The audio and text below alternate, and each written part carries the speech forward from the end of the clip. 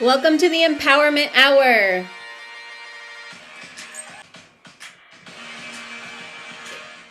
We started a new podcast called the Mystic Lifestyle Podcast, and now we have the Empower Hour. So one of the most empowering things in my life was learning the mystical realm. Now I know the word mystic scares some people, but if you're open to hearing me, I'd like to explain the true meaning of the word. So that's what Empower Hour is about. It's about opening ourselves up and learning about things that can empower us, change our life, and bring us into more of who we are, creating our reality. So mystic is a person who seeks to obtain unity with the divine and believes in the spiritual truths beyond the intellect. So we're going to demystify this word and remove the fear from it.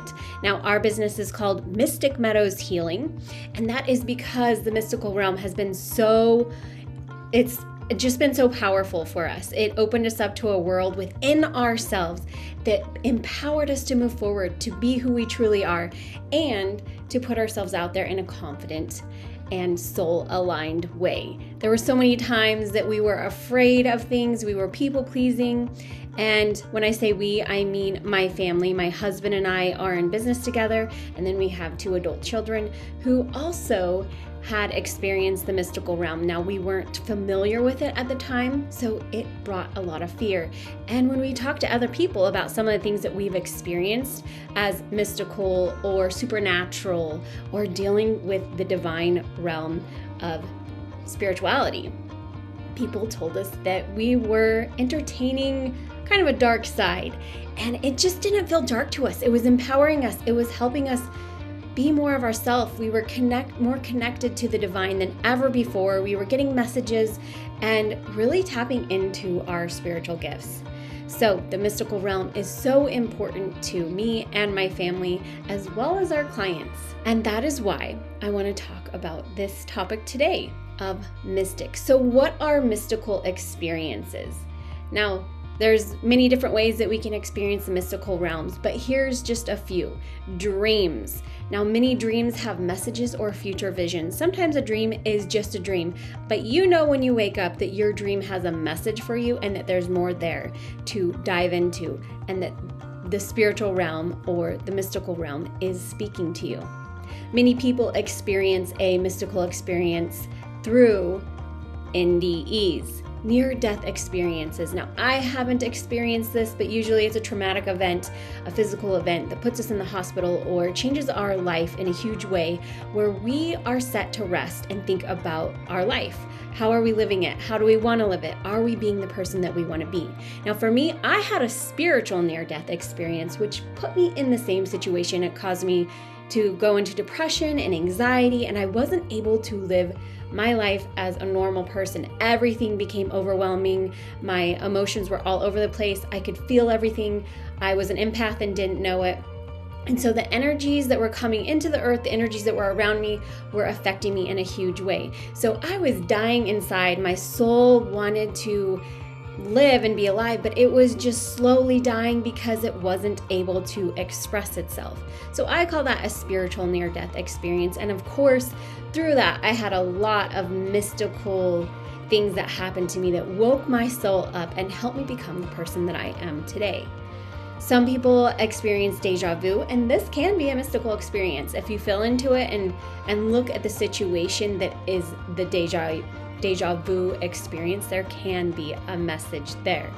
Of course, synchronicities, if you're not familiar with synchronicities, those are those things that happen to us that feel like a coincidence, but we know it's not. Like, you could not plan this to go more perfectly than it is. Like, things just show up at the right time, these little messages and synchronicities that are kind of odd. So seeing numbers, like if you see 1111 all the time, or 222, 333, it could be any number. I see 911, and those numbers have messages. So that can be a synchronicity, or things just happening for you. Like you become awe-inspired because of the way things happen. That is a synchronicity. And then, of course, experiencing encounters with spiritual beings. angels, guides. This can happen through meditation in physical reality. I know one of my family members can actually see angels and could tell me where angels were in the room, what they look like, and then we began researching them, and we were able to identify the angels, the names of the angels, based on how they looked, because the person that could see them saw certain characteristics of the angels or certain objects that they held, and it matched exactly how it was described in their name and what they do for us. So that was a very eye-opening experience for my family, because we came from a very religious background, and seeing angels wasn't something that was really embraced in our background. It was more of, there could be bad angels, or, there was always fear around everything. So we had to navigate that and dig into it. And it became such an amazing experience for us to do that and learn that there's angels around us all the time, if you believe in that. I know that I have experienced angels in my life, and I may not physically see them, but I can feel them and sense them and sometimes identify which one it is. So these are just a few examples of experiences of the mystical realm. You may experience other things that seem to be supernatural or spiritual and bring a message or wake you up. An awakening is what some people call it.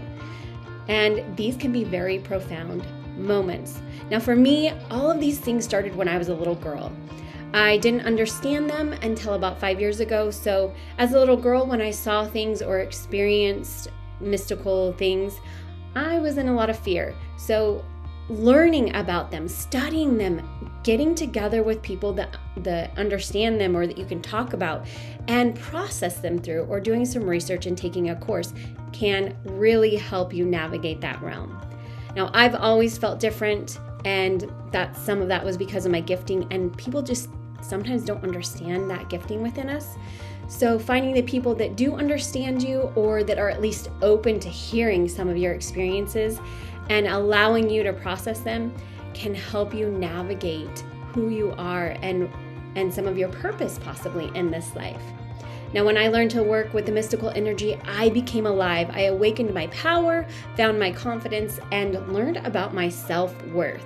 That is how Mystic Meadows Healing became to be, because I, of course, like I mentioned, had the spiritual near-death experience and was dying inside, and the mystical realm woke me up, brought me confidence that I never naturally had before in my life, and pushed me into this business of Mystic Meadows Healing. And that was a very mystical experience in and of itself, of how I became trained as a certified healing practitioner.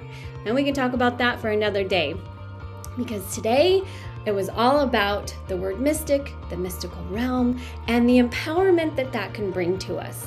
So if we haven't met before, I'm Amber, an intuitive healer, an empowerment coach, and co-owner of Mystic Meadows Healing. My husband and I both own this business, and we're both certified healing practitioners who love to help people step into their confidence, learn more about their soul alignment, who they are at their core level, and really opening them up to be confidently them, to step out in their truth and be courageous in doing so, facing those fears and embracing the things that are so aligned with their heart. So for more information about energetic mysteries of your soul, you can follow Mystic Meadows Healing on YouTube, and of course on Facebook. We have a Facebook business page. We are also on TikTok, but the platforms that we are more active on are YouTube and Facebook at this time.